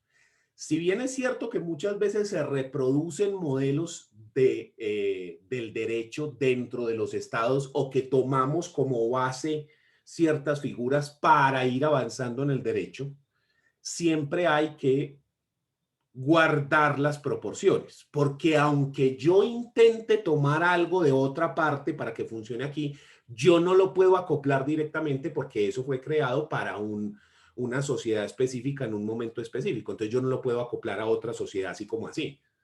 Tiene que ser todo con su debida maña, ¿sí? Eso es lo que, por ejemplo, Diego López Medina llama la bastardización o hibridación del derecho. ¿En qué sentido? En que muchos estados cogen cosas de otros países y las intentan aplicar dentro de su propio modelo del derecho. Esto no es una copia al carbón del otro, sino que lo que se toman son elementos, pero yo le tengo que agregar o lo tengo que acoplar a mi sistema y creo un híbrido entre ese sistema y el mío, ¿ya? Entonces, hay que entender que eso funciona de esta manera, que yo no puedo hablar de esto de manera general para todo el derecho en general en el mundo, sino que cuando yo le hablo a usted y le digo, los jueces hacen esto o aquello, yo me estoy refiriendo aquí en Colombia hoy, ¿sí? No en otras condiciones, para que siempre tengamos eso en cuenta. Profe, y si la estructura constitucional o el orden jurídico colombiano es completamente diferente al de Estados Unidos, porque de cierta forma se ha venido introduciendo el modelo anglosajón a Colombia, sabiendo que es completamente diferente. ¿Por qué? Lo que pasa es que el derecho se reproduce a través del tiempo por varias figuras. Por ejemplo, cuando se conquista por parte de un territorio u otro, ese territorio le impone su sistema jurídico al conquistado. Esa es una forma de reproducción del derecho. Entonces, por ejemplo, todos los territorios que fueron conquistados por Inglaterra tienen un sistema así. ¿Ya? Entonces, si usted se va para el sur, al lado de Argentina, hay unas islas que los argentinos las llaman Malvinas, pero que su nombre real son Falkland Islands, son de Inglaterra. Allá el sistema es el de allá, ¿sí? ¿Por qué? Porque son de ellos. ¿Ya? Listo. Ah, no, y entonces llega a Argentina y las conquista, listo, entonces le impone el de ellos. Esa es una forma. Otra forma es crearlo, de cero, ¿sí? Antigua Roma. Y de cero es un decir, ¿sí? Porque lo que se trae son otras cosas. Y hay otras, hay muchas pues formas de reproducción, pero otra que es muy popular es, digamos, la importación de un estado externo o de un sistema externo a otro, sin que haya esa conquista, sino simplemente que se importa. ¿Por qué se puede importar eso? Por la relevancia o eficacia o la idea de eficacia o relevancia que tiene ese sistema jurídico. Es decir, es que eso es una berraquera, esto es lo mejor que hay. Pues en vez de nosotros ponernos a inventar, pues cojamos al que lo que ya está inventado y venga para acá, ¿sí? Entonces, una de las formas de reproducción del derecho es precisamente importar por prestigio, ¿sí? O por relevancia histórica, o por, en fin. Por ejemplo, nosotros lo hicimos con Francia. En 1804, y Napoleón lo hizo de Roma. Napoleón se levanta un día y dice, muchachos, yo quiero pasar a la historia. Él dice, Napo, pero es que ya sos un conquistador, emperador de Roma y todo. Dice, muchachos, pero es que eso no basta. Después va a llegar otro conquistador más grande que yo y pasaré a la historia. Pero yo quiero ser una figura. Y el man estaba obsesionado con Justiniano. Justiniano creó el Corpus Juris Civilis hace más de 2000 años. El derecho romano, básicamente. Una compilación, un código que hoy en día todavía lo estudiamos, ¿sí? Entonces el man dice, yo quiero ser como Justi. Consígame los mejores abogados jurisconsultos del mundo. A ver, tráigame esa gente y necesito que me construyan un código civil que dure siglos, ¿sí? Entonces estos manes cogen e hicieron la fácil. Básicamente cogieron el código de Justiniano y le pusieron la fecha de ellos, la firma de ellos encima, ¿sí? Básicamente lo que uno hace con Google y copy-paste antes de que existiera. ¿Listo? Le agregaron otras cositas porque cogieron las 12 partidas de España, sí, pero el fuerte del Código Civil de Francia de 1804 es el Corpus Juris Civilis de Roma. Entonces se crea ese Código Civil, pero una cosa espectacular porque era básicamente coger el código romano, actualizarlo y ponerle otras cositas chéveres que se habían inventado en otras partes que habían sacado. Entonces hicieron una cosa, vea, pero una berraquera. Y entonces un venezolano, Andrés Bello, que vivía en Chile, se va a estudiar a Francia y conoce eso. Y dice, uy, esto sí es la machera, man. Esto es una maravilla. Espectacular. Reformemos el Código Civil de Chile. ¿Sí? Y en 1855 se expide el Código Civil chileno. Básicamente es una traducción del Código Civil francés. El problema es que como eso está creado para una sociedad específica, al traerlo a Chile, hay problemas de enganche, ¿cierto? Entonces hay problemas de traducción, hay problemas de que esta figura no existe de esta forma, hay problemas de que esto no se viene tratando así, entonces ahí es donde empieza a modificarse, entonces se le hacen unos cambios para que encaje, ¿sí? Tan. Y de pronto, en Colombia, ¿cómo es que se llamaba este man? Álvaro Uribe. No. Ese man no estaba ni están ni jugando. Ni planes. Sí, ni siquiera en planes. No, es que ni el abuelo. Es que se llamaba este señor, hombre. No fue el señor de Río Negro. Sí, ese man, espérate, yo me acuerdo, espérate. Ay, a mí también se me escapa el nombre. Manuel Murillo Toro. No fue el de Río Negro, Manuel Murillo Toro, que en ese momento era el gobernador del estado de Santander de los Estados Unidos de Colombia. Llega y dice, uy, ese Código Civil que hicieron en Chile está como calidoso. Uy, ese código está... ¿Sabe qué? Adoptemos el Código Civil chileno como el Código Civil del estado de Santander. Entonces el man saca una ley por la cual se adopta ese Código Civil chileno como el Código Civil del Estado de Santander. Profe, Dígame. y si es de Santander, es que me queda la duda porque el estadio de Ibagué se llama así, Manuel Murillo Toro. Entonces, ¿no será más bien de Sí, sí. Tolima? No, de Santander, cuando le diga. Eso es la ley. Espera, si verá, yo la busco, que la tengo por aquí apuntada. Espera, un segundito. Para no decirles mentiras de ninguna clase. Espera, un segundito.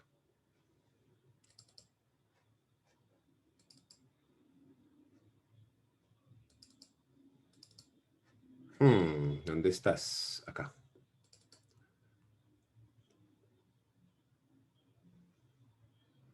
Es que yo en mi tesis de maestría me tocó hacer un estudio del derecho y hice esto. Estudié esto. ¿Sí? ¿Cómo llegamos nosotros al Código Civil actual? Cuando me doy cuenta yo que habíamos dado esta vuelta.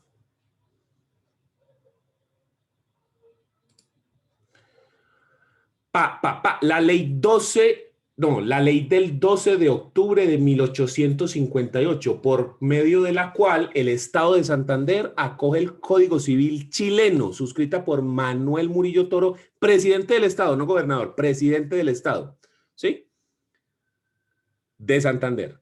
Luego, años después, cuando Manuel Murillo llega a ser presidente de los Estados Unidos de Colombia, ya de todo, se propone acoger el Código Civil del Estado de Santander como el Código Civil de Colombia, que fue la Ley 57 de 1887. Entonces, ¿qué hicimos nosotros? Copiamos lo que hicieron en Chile, ¿sí? Que nos pareció muy chévere. ¿Y qué fue lo que hicieron en Chile? Copiaron lo que hicieron en Francia, que les pareció muy chévere. Y Francia también Lo que copia. hicieron en Francia, copiaron lo que hicieron en Roma, que les pareció muy chévere. Entonces, mira, así se reproduce el derecho. Copia de copia. Exacto. Entonces, ¿por qué hoy en día nosotros cogemos algo de Estados Unidos? ¿Sí? O de Inglaterra, o de Francia, o de México, o de cualquier otra parte, porque decimos, uy, eso está una barraquera, venga para acá. ¿Sí? Que funcione o no funcione ya es otro cuento, porque lo que te digo, eso está creado para una sociedad específica en un momento específico y ya cuando usted lo pasa, ahí es donde empiezan los problemas de acople. Por eso es que Diego López habla de bastardización o hibridación del derecho, porque esto se va reproduciendo y va creando y al final es una cosa diferente a lo que fue copiado, ¿sí? Entonces nosotros no podemos decir que nuestro sistema de oralidad es como el sistema de oralidad americano, que fue el que nosotros quisimos copiar, pero nosotros, por ejemplo, dijimos no hay jurado de conciencia. Es el juez quien toma la decisión. Entonces cambia ostensiblemente la forma en la que funciona el sistema. ¿Ves? Ani. Profe, ¿usted le molestaría si de pronto en el grupo puede compartir esa tesis? Pues la verdad me gustaría leerla. Es referida frente al tercer orden hereditario en las sucesiones, pero al principio tiene el recuento histórico acerca de qué fue lo que pasó con el Código Civil de nosotros, ¿sí? Entonces, es decir, yo para poder saber de dónde sale la regulación de las sucesiones en Colombia, tengo que hacer ese recuento histórico. Entonces, yo me si estoy acá.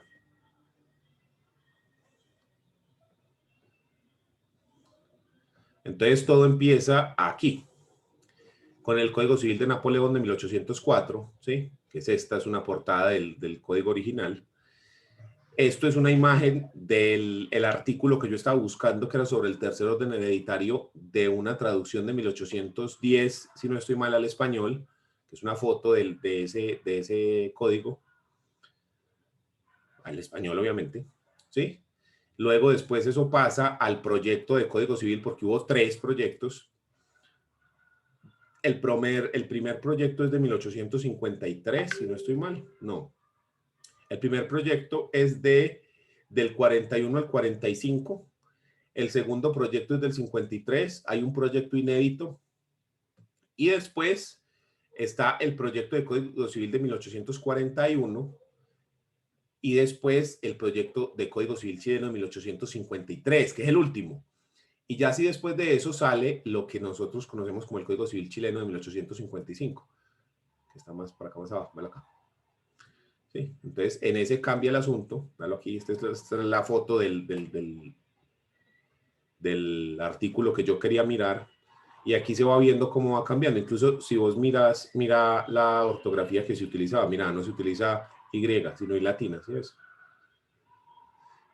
Y luego pasamos por el Código Civil de Colombia. Entonces aquí es donde está lo que les estaba diciendo ahorita de la ley del 12 de octubre de 1858 del Estado de Santander. Y luego después pasa a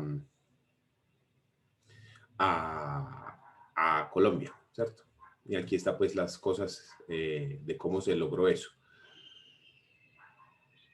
Vea, por la ley 84 del 26 de mayo de 1873, los Estados Unidos de Colombia adoptaron el Código Civil de la Unión, el Código Civil de Chile, ¿sí? O sea, aquí fue donde se adoptó, con algunas modificaciones. Y ya después pues empezaron a hacer las modificaciones y se crea pues lo que nosotros llamamos el Código Civil de nosotros, que es este. ¿Ya?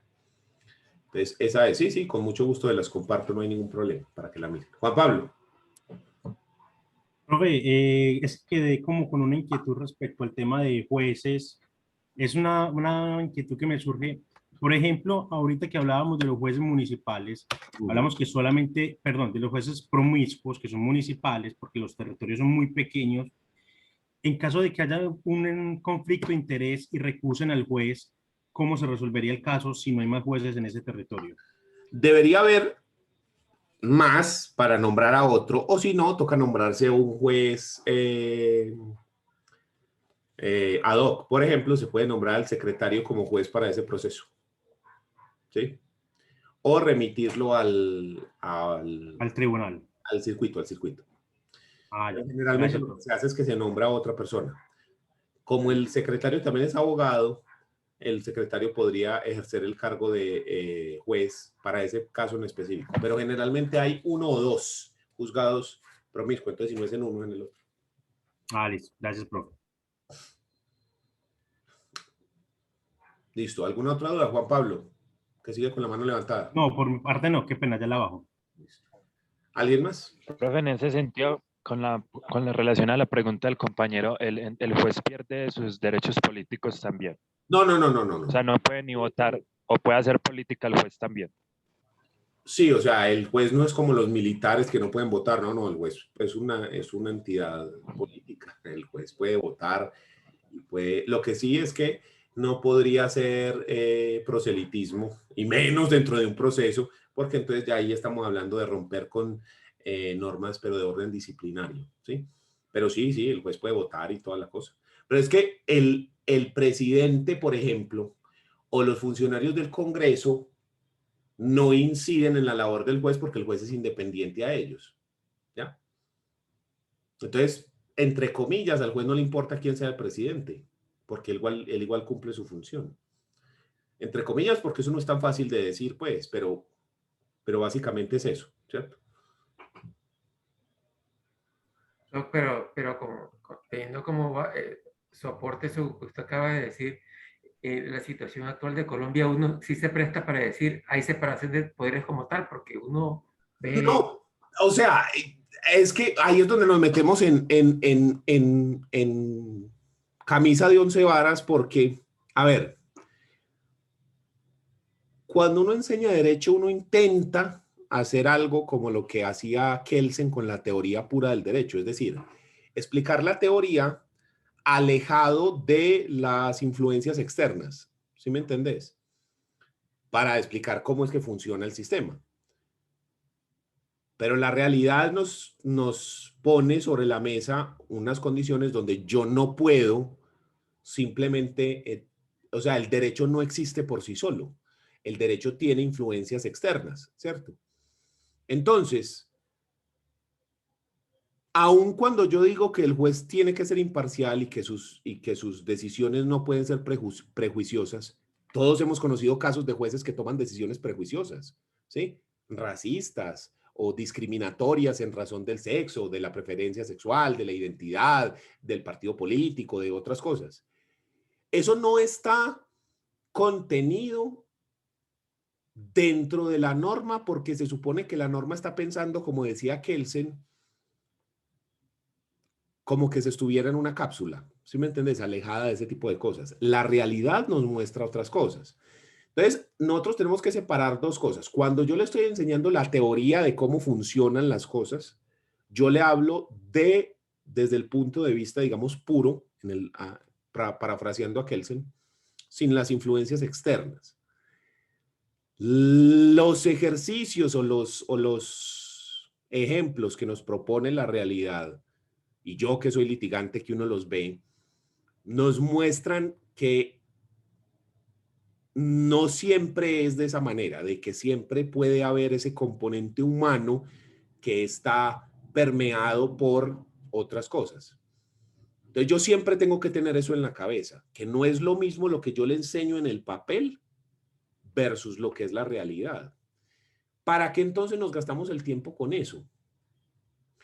Porque cuando yo comprendo cómo funciona un sistema o cómo debe funcionar el sistema, pues yo tengo el conocimiento del deber ser. De ahí, para llegar a eso, pues esa sería la idea, ¿cierto? Y ahí es donde vamos tratando de corregir y tratando de hacer las cosas y donde va uno tratando de, entre comillas, hacer país. ¿En qué sentido? Hombre, nosotros sabemos de que el juez debería ser imparcial, pero nos empezamos a dar cuenta de que aquí los jueces son racistas. ¿Sí? Entonces tenemos que hacer algo para evitar eso. Y evidentemente hay un problema de racismo. Listo, venga, entonces ¿cómo lo vamos a resolver? Eso no debería pasar, pero está pasando. ¿Qué hacemos? Ah, no, que vamos a hacer esto, que una política pública, que educación, que las leyes, que una tratando de mejorar, ¿sí me entiendes? Tratando de llegar a esa cosa. Entonces, o sea, siempre vamos a tener en cuenta que la realidad nos propone algo que puede ser muy diferente a la teoría. Eso siempre tiene que quedar claro. Y muchas veces las personas piensan, cuando salen de esta carrera, hombre, no me enseñaron nada. No, no es eso. Lo que pasa es que como la realidad tiene unas dinámicas diferentes a las de una clase, muchas veces uno se choca con la realidad y se siente abrumado, pero ya cuando usted se pone a pensar claramente, usted dice, no, no, momentico, venga, yo sí tengo las bases de eso, pero ¿cómo acoplo esto? ¿Cómo acoplo esta circunstancia a lo que está pasando en la vida real? ¿Sí? Y esa es nuestra labor. Entonces nosotros, si vamos a ejercer la profesión como abogados, como jueces, como fiscales, etcétera, siempre tenemos que tratar de eso. ¿Cómo llego yo a ese deber ser? Que muchas veces es casi que utópico, pero otras veces no, otras veces se pueden lograr. Entonces, lo que decíamos de los términos. Hombre, no se están cumpliendo los términos, hay que hacer algo, listo. Entonces, tratamos de hacer cosas diferentes, pero, o sea, siempre va a haber una barrera ahí. Eso nunca se puede perder de vista. La realidad propone unas mecánicas diferentes. En eso sí, ojo con eso.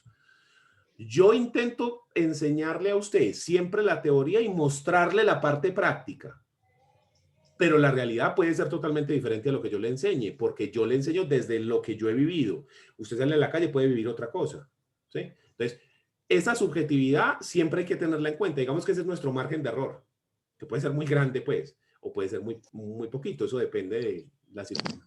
Y yo no me puedo alejar de eso. Pero yo tampoco me puedo llegar y poner a decir que aquí todos los jueces son corruptos, porque eso tampoco es cierto. Cuando uno entra en generalizaciones es donde la embarra, porque yo no puedo decir eso. ¿Sí? Si yo digo todos los jueces en Colombia son corruptos, todos los jueces dependen y están sometidos al gobernante, primero que todo, ¿en qué me estoy basando para hacer esa afirmación? Ah, que es que Pedro, Juan, María, Alberto. Sí, pero es que son Pedro, Juan, María, Alberto, no todos. ¿Sí? Entonces, yo no puedo generalizar. Uno nunca puede generalizar. Porque ahí se cometen errores gravísimos. ¿Listo? Entonces, pero sí hay que tener en cuenta que son realidades que nosotros tenemos, y más en un país tan complejo como el de nosotros. ¿Sí? Entonces, esas realidades siempre hay que tenerlas aquí. Y me parece muy bien que ustedes no estén desconectados de la realidad. ¿Qué podemos hacer para luchar con eso? Bueno, venga. Es que espere, yo me estoy dando cuenta de que este juez está... listo, venga. Entonces ahí hay causales de impedimento, de recusación. Venga, hay sanciones disciplinarias. O sea, se pueden hacer cosas para evitar cuando algo es muy evidente. Otras veces es más complejo, pero es importante esa visión. ¿Alguna otra duda o comentario? Estuvo buena la clase, Doc. Interesante. Listo.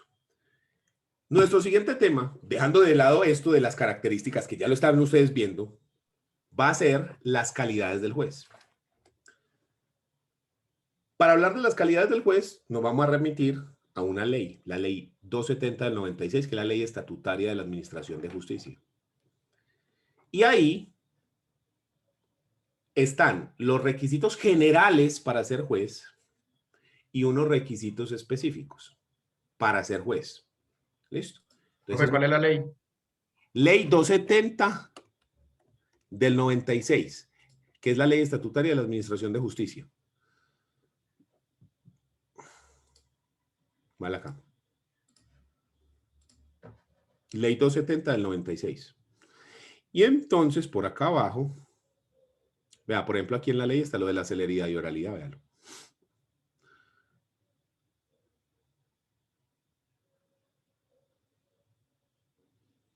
Vea, aquí está lo de la organización de la rama judicial. Sí, jurisdicción ordinaria, Corte Suprema, tribunales. Pero lo que yo quiero es esto. Tan integración, salas. Sala plena, jurisdicción. Espérame que ya me perdió el artículo. Instituto.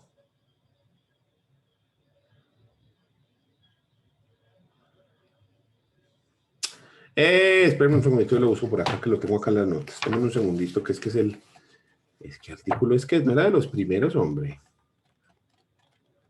Espérenme a ver. Los primeros, sí, ya mismo, el 127.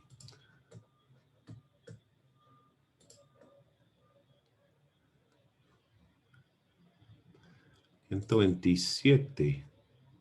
Sí. 127. Entonces, artículo 127 de la ley 270 del 96. Son los requisitos generales para el desempeño de cargos de funcionarios de la rama judicial. Tenemos 3 requisitos generales que a mí me llama poderosamente la atención el primero. Dice, ser colombiano de nacimiento y ciudadano en ejercicio y estar en pleno goce de sus derechos civiles. O sea que esto no es un requisito, sino que son 3. Porque ser colombiano de nacimiento es una cosa, la ciudadanía es otra cosa y el ejercicio de los derechos civiles es otra diferente. Usted en Colombia puede ser colombiano por nacimiento o por adopción, ¿sí? Por nacimiento son las personas que nacen dentro del territorio colombiano. Por adopción son las personas que nacen por fuera de Colombia, pero que sus padres son colombianos y al domiciliarse en Colombia tiene derecho a la nacionalidad colombiana, ¿sí? Eso es nacionalidad por adopción. Ani. Profe, me perdona, ¿será posible como dejar un tema más cortico? Porque ya yo debo también de retirarme para clase de 8 y no sé si de pronto algún otro compañero. Gracias, profe. Entonces, ese primer requisito me propone a mí una interrogante. Quiere decir que si yo nací en Estados Unidos y me vine para acá, para Colombia, a los 5 meses, no puedo ser juez de la República. No, según la ley, no. Si nos vamos a lo taxativo, no podría ser. Y entonces uno piensa ahí, y dice, es que ¿qué va a hacer o qué? Sí, o sea, ¿cuál es el problema? Yo entiendo que usted diga, no, tiene que ser ciudadano colombiano. O sea, ser mayor de edad. Y tener nacionalidad colombiana. Bien. Ok. Pero que tiene que ser por nacimiento. Si me deja a mí como... Profe. ¿Importa cuál es la diferencia de un colombiano por nacimiento y un colombiano por adopción? Profe. No, que es que tiene doble nacionalidad. Sí, ¿qué? ¿Y eso qué? No, que es que sí, le toca resolver un conflicto entre Colombia y otro país. Pero ¿y qué juez resuelve conflictos de Colombia contra otros países? La Corte Internacional de Justicia. ¿Sí o no? Pero ahí está. Dígame, Juan. Profe, es que este es el país del Sagrado Corazón de Jesús. ¿Por qué? No, eso también es importante tenerlo en cuenta. Sí, ¿por qué? A ver, partamos de algo. Y esa discusión la tuvimos finalizando el semestre anterior. Ser colombiano de nacimiento, o sea, tiene usted toda la razón, ¿cierto? Pues, ¿qué tiene que ver si es extranjero, si no va a dirimir conflictos internacionales? Hay partes sin novedad, ¿cierto? Ahí eso se caería. Pero, tanto requisito le ponen a un juez, y profe, hágame un recorderis. ¿Cuáles requisitos necesita una persona para ser congresista? Sí. No, porque es que este mismo requisito está para ser presidente. Entonces uno dice, bueno, sí, porque es que pues el man representa a Colombia y podría tener unos intereses y él puede firmar tratados internacionales y toda la cosa con otro país. Entonces uno dice, ok, listo, me lo banco. Sí, con el presidente de la República. Uno dice, bien. Pero es que ahí viene otra contradicción. ¿Por qué aceptaron la candidatura de Ingrid Betancourt? Porque es que ella, según tengo entendido, es nacional colombiana por nacimiento. Pero es que ahorita hablaste de doble nacionalidad. Tiene doble nacionalidad. Sí, o Se sea, descarta entonces. entonces. Se queda como, pero espérese, el hecho de nacer en una parte que acaso es que le meten a uno un chip, pues sí. O sea, son cosas que la verdad, ¿cierto? Y lo que se ha discutido, no, que es que Maduro nació en Cúcuta, que no sé qué, que mire el registro civil de Maduro y que no sé qué. Entonces uno dice, vamos a decir que sí. ¿Y qué cambia en Maduro? Nada. Sí, o sea, eso no cambia nada. Bueno, listo, ya, de eso dejémoslo para la teoría política, que quien diga que sí o que no, pero al menos para los jueces, yo sí me quedo como, pero hombre, la verdad, o sea, ¿cuál es la diferencia de una persona que nace aquí o allá? Pero bueno, ahí está, esa es, primer requisito, ya. Entonces, si alguno de este salón nació en otro país, ya no puede ser juez, se tiene que dedicar al litigio, pero no puede ser juez, ¿listo? Entendido. Segundo, ser ciudadano en ejercicio. O sea que usted tiene que ser mayor de 18 años, porque recuerde que usted, una cosa es la nacionalidad y otra cosa es la ciudadanía. ¿Listo? Y estar en pleno goce de sus derechos civiles. ¿Listo? Si sus derechos civiles están restringidos de alguna forma, usted no puede ser juez. Segundo, tener el título de abogado expedido o revalidado conforme a la ley. ¿Sí? Es decir, de una universidad que tenga registro calificado y estar avalado por Colombia y toda la cosa. Entonces, que usted tenga el título de abogado. Los jueces solamente pueden tener esa, o sea, puede tener otras carreras, no hay ningún problema, pero tiene que ser abogado. Salvo en no exige especialización. En el tema de requisitos laborales para presentarse e inscribirse al concurso de mérito. No, pero es que, espéreme. Estamos hablando de los requisitos generales. Calma. Profe, ¿no necesita especialización? No. Generales, espérese, relájese, calma. Profe, acuerde, usted lo que está es sobreevaluado para ser juez, listo. Enseguida nos damos cuenta hasta dónde podría tirar yo el anzuelo. Listo. Entonces, acuérdense que estamos hablando de requisitos generales, no específicos. Entonces, calma, relájese un momento. Entonces, tener el título, salvo los casos de los jueces de paz, porque los jueces de paz no resuelven conflictos según la ley, sino que los resuelven en equidad. Y son personas reconocidas en una comunidad que precisamente su autoridad no viene precisamente de la ley, sino que viene de ese reconocimiento que tienen dentro de su comunidad para conservar la paz y la armonía dentro de la misma. Entonces, por eso es que aquí está esto de los jueces de paz. Y tercero, no estar incurso en una causal de inhabilidad o incompatibilidad, que las vemos más adelante. ¿Sí? No es lo mismo inhabilidades que incompatibilidades. ¿Listo? Esas las vemos más adelante. En realidad, para ser juez hay un montón de requisitos, pero estos son los generales. ¿Listo? Solo esos. ¿Ya? Pero, acá más abajo, mire que me hablan de requisitos adicionales para el desempeño de cargos de funcionarios en la rama judicial. Y aquí me hablan de que hay unos requisitos adicionales con relación a la experiencia profesional. La experiencia profesional de nosotros empieza a contar a partir de que recibimos la tarjeta profesional y empezamos a trabajar, ¿sí? Pero si usted está trabajando antes de graduarse, eso no le cuenta como experiencia. ¿Listo?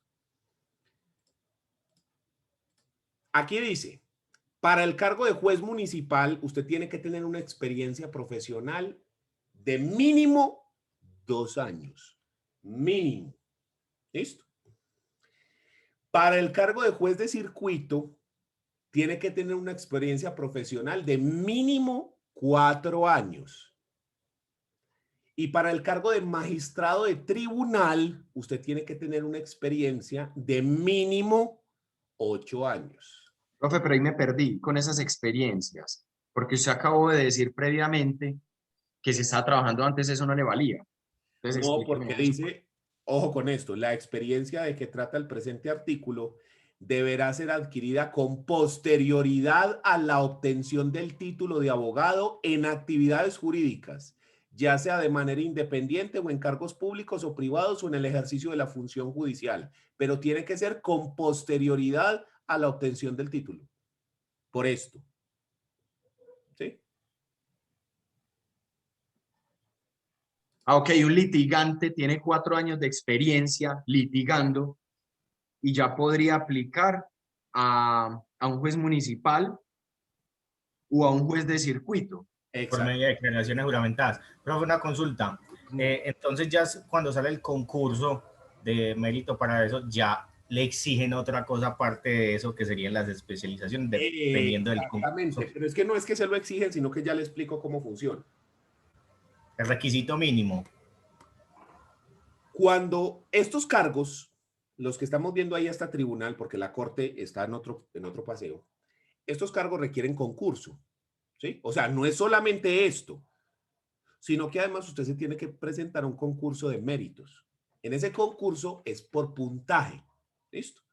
Entonces usted lo primero que tiene que hacer para presentarse al concurso tiene que cumplir con esto. Si no tienes esto, nada, no te puedes ni que presentar. En mi caso personal, por ejemplo, yo me gradué en octubre del 2009, ¿sí? Entonces yo voy a cumplir ahorita en octubre 12 años. Quiere decir que yo me puedo presentar a cualquiera de los 3. ¿Listo? Pero ahora viene el asunto. Cuando usted se presenta al concurso, a usted le empiezan a dar puntaje. Entonces usted es abogado, un punto. Aunque eso no debería dar puntos, pero bueno. Usted es especialista, otro punto más. Es magíster, otro punto más. Doctor, otro punto más. Postdoctorado, otro punto más. ¿Listo? Entonces, ¿qué pasa si Nelly y yo nos presentamos al concurso? Pero ella es solo especialista y yo soy magíster. Y respondimos igual las mismas preguntas. Me dan el puesto a mí porque yo tengo un punto adicional por tener la maestría. ¿Listo? Bueno.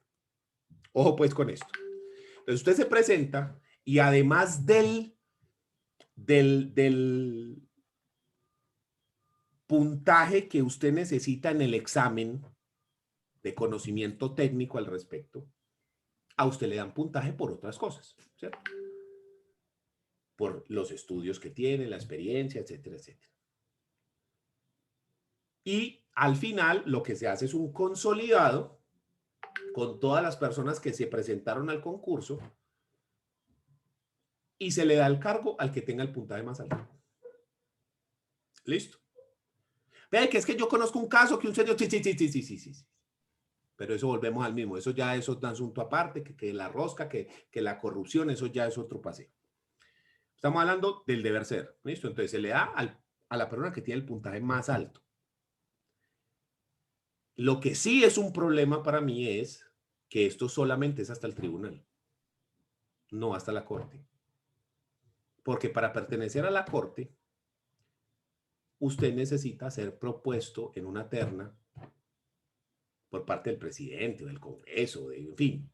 Pero alguien te tiene que proponer. El famoso lobby, profe, ¿sí o qué? Exactamente. Entonces, usted puede ser el mejor abogado del mundo, pero si usted no tiene nadie quien lo proponga, no puede hacer parte de la corte. Punto. En cambio, Si usted es muy bueno y se presenta al concurso, lo más seguro es que lo gane y lo nombren juez, ¿cierto? Porque usted es muy calidoso, ¿cierto? Y tiene obviamente pues todos los puntajes y todas las cosas requeridas. Entonces el problema es que a la corte no se llega por mérito. Y ahí es donde se rompe pues el molde, pues porque uno dice, no, un momentico, pero ¿cómo así que el más alto no es por méritos? No, pero mire que allá se han llegado gente muy tesa, vea, Carlos Gaviria Díaz, que era una eminencia. Sí, hay gente muy tesa allá. De eso no se puede dudar, porque también cuando usted tiene muchísimo reconocimiento, cuando todo el mundo sabe que usted es el mismísimo calidoso, pues es muy fácil nombrarlo, ¿cierto? Porque, hombre, nombre más este man que es el propio de este asunto. Pero también todos conocemos casos así de gente que, ¿sí? Y que están en la cárcel incluso. Así. Entonces, uno de los problemas principales que yo siempre le hago a la crítica cuando analizamos el sistema jurídico colombiano es eso, que la corte no sea por méritos. ¿Sí? Para mí eso no tiene ninguna justificación. No, que es que nada, no acepto absolutamente ningún argumento en contra. Ahí sí me vuelvo, pero mejor dicho, fascista. Nada de argumento en contra. Sí, o sea, nada. Mi palabra es la ley en ese caso. ¿Por qué? Porque es que eso no tiene explicación de que eso no sea por méritos. Hombre, que sí, que no, que ya eso es una otra cuestión, pero para mí debería ser por méritos. Nelly, dígame.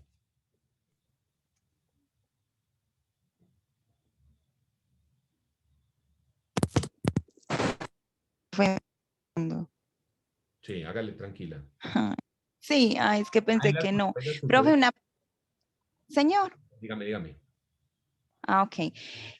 Bueno, ¿qué beneficios tiene? Es decir, la persona que tiene más puntaje en este concurso tiene algún beneficio. O sea, tiene la opción, por ejemplo, de escoger el juzgado o algo así. No, cuando se abre el concurso, usted se presenta directamente a la plaza que usted quiere. Es decir, cuando abren concurso dicen, vamos a abrir concurso para juez civil municipal en Medellín, en Bogotá, en Cartagena, en fin, o para juez civil del circuito, tribunales, en fin, para lo que sea. Entonces usted se presenta a una sola plaza a la que usted quiere, ¿sí? Usted quiere ser juez de familia de Medellín. Si le abren el concurso para ese puesto, usted se presenta a ese puesto. Entonces, si usted es el que más puntaje tiene, se lo dan a usted. Ya si usted no lo quiere recibir, se lo dan al segundo, ¿sí? Y así, sucesivamente. Ok. Pero eso pasa por lo general con todos los puestos públicos, ramas judicial, fiscalía, casi todos, la corte no. Sí, a excepción de los profesionales y los contratistas, pero se surte en carrera administrativa por concurso. Y de la corte no, que de la corte no. La corte no, sí, también. Es el que lo saca uno de casillas. Sí, pero sí, tienes razón. ¿Por qué? Porque se piensa que, pues, hombre, meritocracia, ¿cierto? Que ahí deberían estar los más calidosos. Ay, pero es que llegan unos burros, pero es que llegan, hombre, sí pasa. Pero al menos nos ha garantizado que, pues, en la mayoría de los casos hay gente que sabe del tema, ¿sí? O sea, yo prefiero esa meritocracia, así tenga sus puntos negros, a que sea netamente político, o que fuera al azar, o que fuera, qué sé yo, de otra forma. Me parece que esa es la mejor. Hay que pulir, sí hay que pulir, pero a mí sí me parece que es la mejor. Profe, una inhabilidad puede ser un antecedente penal o pedagógico. Sí, señor, de hecho lo es, pero eso lo vemos en la próxima clase. Pero sí, eso es. Es decir, tenemos requisitos generales, ya los vimos. Tenemos requisitos específicos. Pero además de eso, usted no puede estar sometido a inhabilidad, que es un requisito general. Lo que pasa es que lo pusieron en otra parte en vez de haberlo puesto ahí. Pero ahí está. O sea, las inhabilidades están por acá abajo más adelante.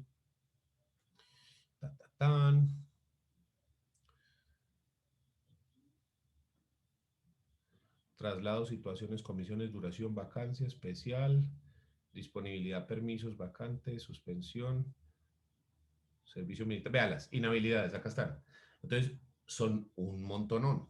Y aquí están las incompatibilidades y otro tanto, ¿sí? Entonces, por ejemplo, por acá, vea, por ejemplo, aquí está de ser destituido, que haya sido suspendido de la profesión, que se encuentre bajo medida de aseguramiento, ¿sí ves? Pero estas igual las analizamos una a una en la próxima clase. Entonces, requisitos generales, ya los vimos. requisitos específicos que se refiere al tiempo. Y además presentar el concurso y ganarlo, ¿cierto? Excepto la corte. Y no estar inmerso en inhabilidades o incompatibilidades. En la medida en la que usted cumpla todo eso, puede ser nombrado juez de cualquiera de sus categorías hasta allá.